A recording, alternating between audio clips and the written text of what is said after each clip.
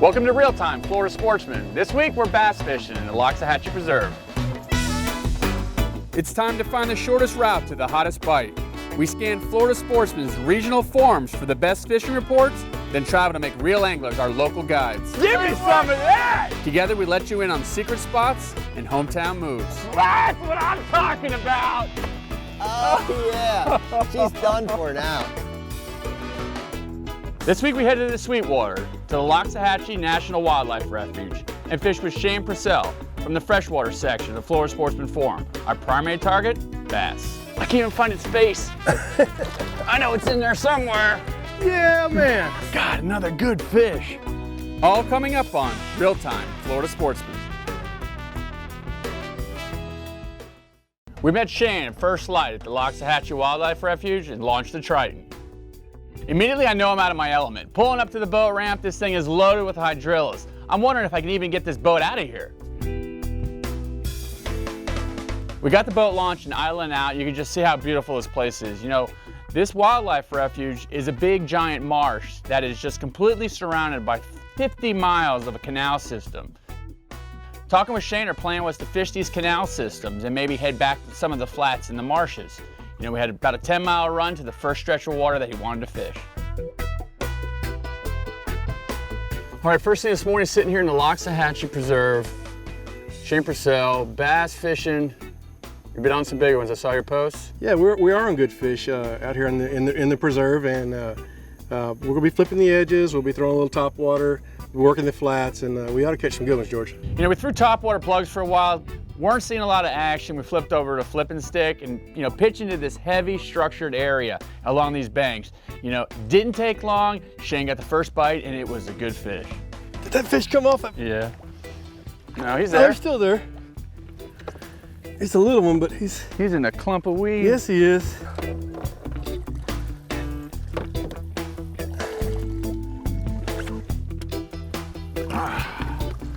So look at that. That thing's been tore up. Yeah, he got hit by a gator, big gar or something, mudfish. Look at that mouth. Healthy though, gorgeous. Oh, I want one so bad. He's coming. All right, let's let this guy go.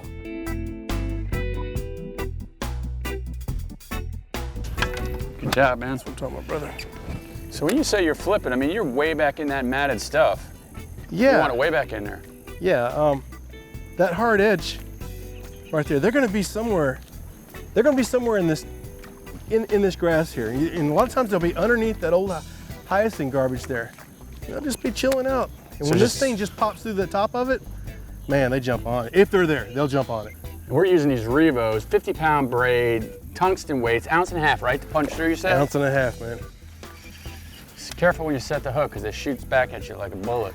It looks like a bullet.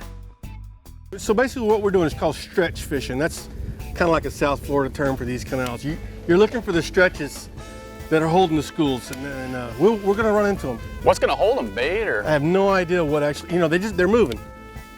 They're not sitting in one spot too long. Nice, George. He's about 1/4 the size of yours. Yeah, but you know what? I caught one. That's right. A tight line's a tight line, I baby. caught Good one. job, man. George, I think we can get away with lighter weight. That 1.5 ounce you got on there, basically for punching thick mats and stuff, and it's not as thick in here as I thought it was going to be. So I lightened down to like an ounce here.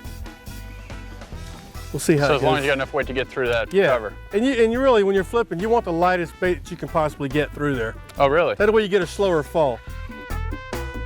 So this is just kind of like SWA, a water treatment reservoir? I mean, they use it? I think it's the last filtration system before they pick up the water for Fort Lauderdale area. So they regulate this water coming in. There's STAs on the other side of this levee behind. There he is. Perfect timing. He wanted to be a star. He's a star. Pulled him right back there. That looks fishy there, though, where he came out of. Welcome to the Real Time Florida Sportsman right there, Mr. Bass. Little guy? Yeah. Yeah, so behind us, George, are the STAs, and there's a series of pump stations behind us. You hear a lot of vehicle traffic going up and down the roads, and those are those guys tending to those pump stations and everything.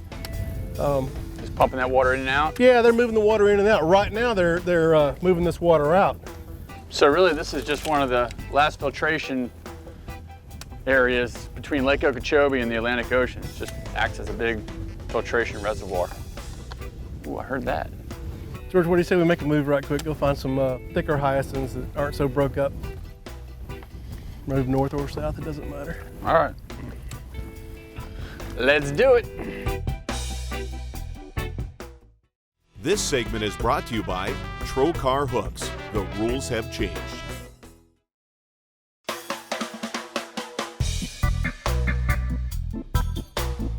What should I be pitching at here? Just any hole or? Well, when I'm working these stretches, George, I like to look for these sawgrass little outcrops that come out a little bit, these little points and stuff. And you see how the hyacinths and all the garbage bunches up on there? Right. By the time you get the combination of the two, you know, that's a good area to pitch at. Not necessarily that they're gonna be there, but that's what I look for. High percentage area. Yeah. Been bass fishing in Florida your whole life? Actually, George, I'm from Louisiana, born and raised in Louisiana. I moved to Florida, Orlando, when I was 21, and I got into bass fishing really heavy then. I fished every day after work. And lived in Orlando 10 years and came on down to South Florida and been here about 16 years. And I'm telling you, I don't fish every day, but I love bass fishing. And you fish Loxahatchee, Okeechobee, Everglades, you do it all, right? Yeah, Everglades, Holy Lands, Okeechobee. I even fished those Broward canals for snakeheads and Miami Airport lakes for peacock bass. So, you know, anything freshwater, I'm into. Got him. How is that possible? Well, you know what? It tells me, George, they might be on this edge instead of the inside edge. Was that the first cast on that spinnerbait? First cast, George. Oh, jeez. Well, like I said, you know, we've been working the inside edge along the grass and everything, and really haven't been getting the hit. So I kind of figured maybe they were out just a little bit, and we needed something that puts off flash and vibration. The spinnerbait's always a good ticket. You just caught one on that spinnerbait. I'm gonna switch it up. That's a good choice right Put a little there. Missouri on. I tried my hand at pitching for a while. I wasn't having a lot of success. I was getting some bites, missing some bites. I switched over to the Missouri lip plug and I caught a little bass. They're getting bigger for me. Ate the Missouri. They're still getting bigger though. Little baby guy. Kind of unique with that bait is those circle hooks. You know, just keep cranking it. They get stuck pretty good. I like that bait. We decided to switch things up a little bit, change the scenery. Talking to Shane, he said it has this beautiful, you know, flat marsh. And I'm thinking of flats, I'm thinking of saltwater. I never pictured a flat on freshwater, but I tell you, coming into this area, absolutely beautiful. This is all like 5-6 feet of water, you're saying? Yeah, it's like anywhere from 6 to 8 feet of water right here. You'll see all the eelgrass and hydrilla in here and floating hyacinths and everything. And basically in here is going to be more of a top water bite. Or spinnerbait, but other than that, it's kind of hard to work treble hooks through here and everything. But it's happening in here, George. It can be phenomenal. So we pretty much used just about every bait today, from a hard bait, Missouri, top water, swim bait, you know, some pitching baits. You know, a lot of this stuff in here that's heavy cover now. So just rigging one of these Berkeley's weedless and just kind of ripping it across the top. It looks just like a frog on the surface. So. Seems to be working. We're getting the bites on it, so pretty basic. If I get one to bite through this grass, not that I'll kiss you, but I sure will like you. You'll get on my Christmas card list. Heading into this marshy area is absolutely incredible. Everything looks so fishy. It looks like it's a foot deep, but actually it's 6 feet deep of water and just solid vegetation. There are so many places for these bass to hide. You know, unfortunately though, this area wasn't holding a lot of fish. Got a couple bites, didn't hook up on anything. We decided to head back out to the canal system. This segment is brought to you by Spiderwire. Nothing gets away.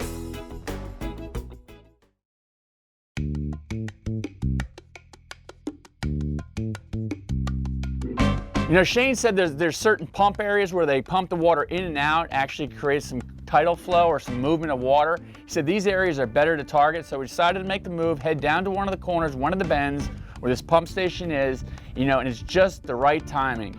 The light's getting low, we've spent all day out here, the bite hasn't been red hot, but we know this is the magic hour. Uh-oh. Oh, big fish, Yeah, he big is. fish. Nice fish, George, really nice. That is the one I've been looking for. Oh God. Oh, yeah, he's stay pretty. on. Yeah, Oh God. gorgeous. Don't jump. Oh. Nice, brother. Nice. Ate the Yozuri. Oh my God. How big is that one? He's probably 5 pounds. Maybe a touch over. I've been throwing crankbaits and soft plastics. Late in the evening, sun's going down. Look at the belly on that thing. Gorgeous. God, what a good bass. Wonder why they call them largemouth? Look at that, real time. Let's get this one back in.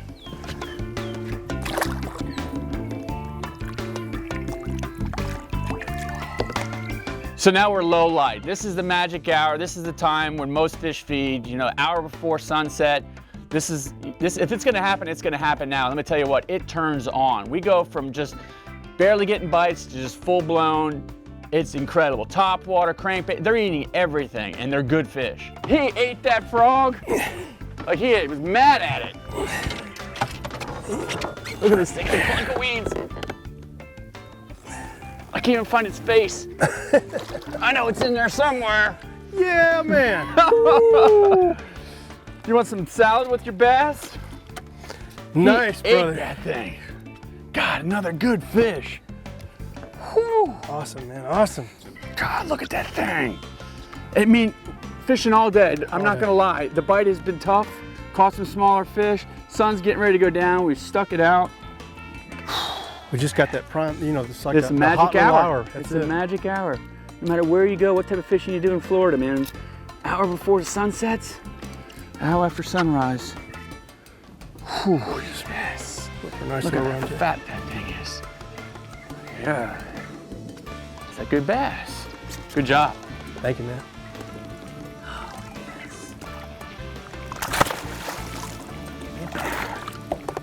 Woo!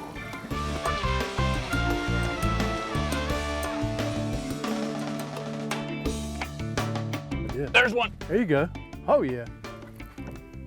There's a better one. There's a better one. Heck yeah, George. Oh, he's taking me in the trees. Turn the troll. Oh. Ah. Ah. In the trees, in the trees.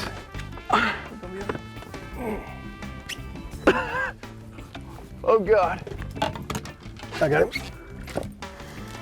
Oh, that's a good one, George. Got him. Just about the last cast of the day. Oh my We're talking goodness. about they're gonna close the fence on us to get in this place. Oh my goodness. Oh my goodness. Waited all day for this bite. I'm telling you, we have fished all day. We caught some smaller fish. God, the big one started biting. We're losing light. This park closes actually at dusk. So we were just talking about wrapping it up. Why don't we wrap it up for tonight? Sounds good, George. See what tomorrow has to hold. That's the way to end it right there, though, brother. Oh. Nice, man. They just started chewing at dark. I mean, just before dark. Got more bites in the last 10 minutes than I got, I think, all day. All day. Quality bites for sure. Crazy. I don't know if we just found a stretch of water that was holding them. Let me get this guy back in the water.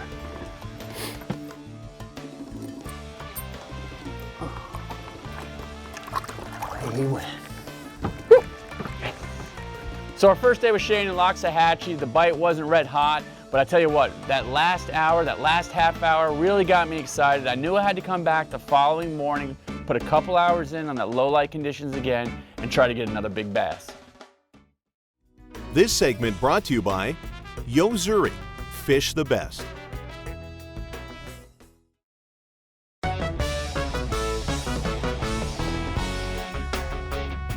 Today's seminar, I'm going to talk to you about flipping. Out here in the Loxahatchee, fishing with Shane today, we spent a lot of time fishing for these bass with this technique, and it's really specific to heavy structure. Requires a little specialty gear. What we're using today, you know, is a medium heavy rod. And the crazy thing coming from saltwater is the size braid that these guys are using. You know, 50, 60-pound braid, straight to a hook. You know, I'm using a power bait, and they're using tungsten, almost ounce and a half tungsten leads, tungsten weights, and they hold these on with these little keepers here. And we're rigging this weedless. The great thing about this is you can pitch this into the heaviest structure, the heaviest cover, and it's not gonna get hung up. All you're really doing is flipping this thing in there at the bottom of these reeds, and you want that thing to fall right down. It'll fall right between all those reeds. And most of the time, Shane says they're gonna eat it on the fall. And it's a real subtle bite. Sometimes they'll just pick it up and hold it. But I tell you what, when you get the bite, you have to stick them hard and pull them right out of there. And it's amazing the amount of bites that you'll get in this heavy structure fishing with this flipping technique. Give it a try.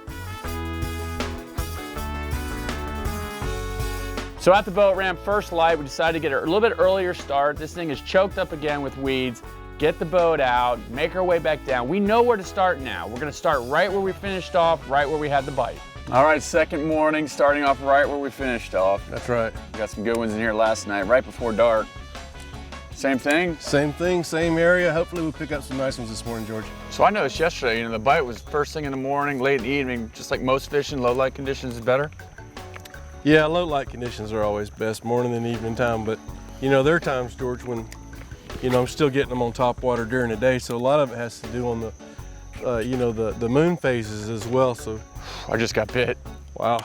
Right there. But yeah, low light, first light and last light, they're always the, you know, the magic little hours there. Go right through that same hole again. Came right through the pads and tried to eat it. We caught a couple smaller bass, and then I got a chain pickerel. You know, this is the first time I've ever caught one of these. They're in the pike family. I didn't even know these things existed in Florida, but pretty cool looking fish. I was super excited to catch it. Ooh, not ready to jump. You know, he almost got a nose like a snook. Big old long nose. Odd looking. So we're switching baits up. We're moving from one side of the canal to the other. After I catch that pickerel, I tell you what, I had a bite on a spinner bait. I thought it was a big bass. Turned out to be a mudfish. My first mudfish as well.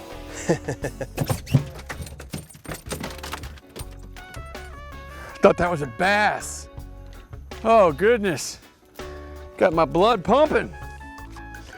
Oh man, that thing has some teeth on it. You ain't kidding. Oh, that's a face only a mama could love. We've thrown just about every bait out here. Top water, spinner baits, frogs. What's your preferred technique targeting these big ones? My preferred technique to target big fish is a top water bait, and I'll throw it all day long. My theory is that big fish instinctively have to come up and take a look. They might not hit it, but they got to come and see what's going on up there. So I like top water, and I like them sun up to sundown. Really? Yeah. You'll get bites all day long on them. Well, you know, sometimes you don't, but you know, there's a lot of times. My biggest bass have all come during the middle of the day. I know a lot of people like the first light and last light bite, and I do too. But I find that for size, you know, I have a top water on, and it's usually from 10 o'clock to 2 o'clock. Wow. Yeah. So I think I'm on a roll now. I'm getting kind of cocky. I'm actually calling out my shots. And I tell you what, I swear to you, I called it out twice. Twice I got bit. Where's that 10 at? Come on. Give me 10 right here. Right here. This is the one, right? Right now. Good job, George. Right now. Right now. Calling it out. I'm calling it out today. Awesome, brother. Like Babe Ruth pointing to the corner. He ain't 10, but he's a fish, and I called him out. Amazing.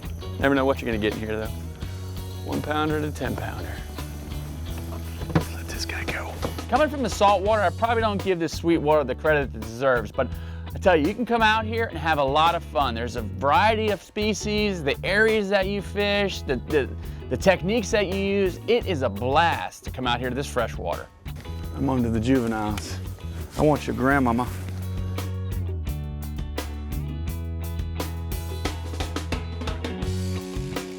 I was waiting for that flipping bite to work there. Yeah. Well, you know, it's the second one we've seen break back there. And then, anyway. Couple pounder. Yeah. Way back in the reeds, we hear him crashing, so you flipped over, switched back to that bait. Yeah, that was like the third one we saw crash back there. Now this is totally different from me. I'm a saltwater guy. My experience at freshwater is, you know, I'm not gonna lie, is limited.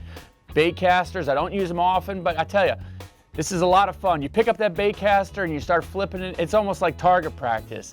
It takes a little getting used to, switching hands off, casting, but it's a lot of fun, especially when you get the bite. Man, oh man. Let me get under you, George.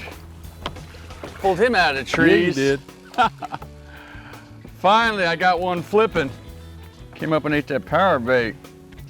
Power bait did the trick. I've been flipping in there, and finally I got me one, a little guy. Yeah. I'll tell you what, man, it's been a great day. I appreciate everything. We caught some big ones. Caught some good ones, George, and I really appreciate you having me. I thank you a lot, man. Oh, it's been a fun time, man. You know, following Captain Shane Procell's post in the freshwater section of the Florida Sportsman forum, I knew this guy was on big bass. He really had it dialed in, he knew his stuff, and he showed me a great day on the Loxahatchee National Wildlife Refuge. It was because of his reports that I chose him to fish with. Keep your posts coming, and I may fish with you next on Real Time Florida Sportsman.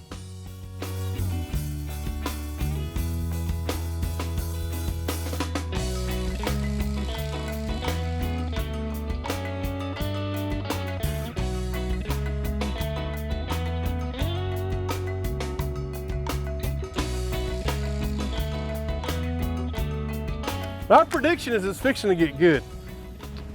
Fixing to get good. I feel pretty bad you putting the bait on my hook. But... Well, this is the last one. All right. I'll take it while I can get it. It is so gorgeous. Wonder why your legs don't burn like your back does. Yeah, I always wondered that. Little professional overrun.